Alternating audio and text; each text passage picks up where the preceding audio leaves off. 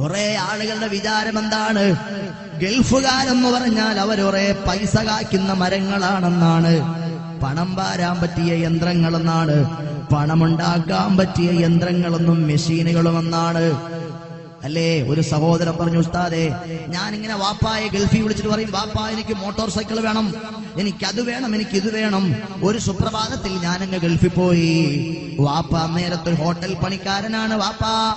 വാപ്പാടെ മുന്നിലേക്ക് ഞാനിങ്ങനെ ചെന്നപ്പോ വലിയൊരു പാത്രത്തിനകത്ത് 10-15 കിലോ മൈദമാവിട്ടിട്ട് പെറോട്ട അടിക്കാൻ വേണ്ടി വാപ്പ ഇങ്ങനെ ഷർട്ടൊക്കെ ഊരിയിട്ടിട്ട് തീ ഒരു സൈഡിൽ കത്തിക്കൊണ്ടിരിക്കുന്നു. വിയർത്തു കുളിച്ചിട്ട് വാപ്പ ഇങ്ങനെ മാവ് കുഴയ്ക്കുകയാണ്.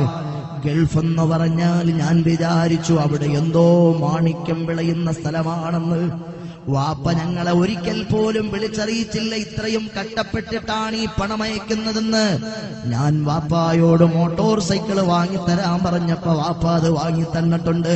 ഞാൻ എന്തൊക്കെ ആവശ്യങ്ങൾ വാപ്പായോട് മാസം എനിക്ക് സ്പെഷ്യലായി 5000 അയച്ചു തരണമെന്ന് പറഞ്ഞപ്പോ വാപ്പ അയച്ചു തന്നിട്ടുണ്ട്.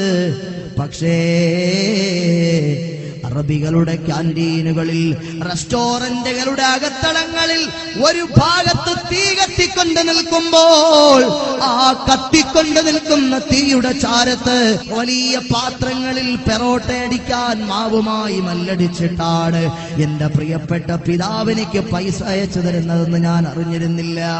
എന്റെ വാപ്പായെ കണ്ടപ്പോ ഞാനങ്ങ്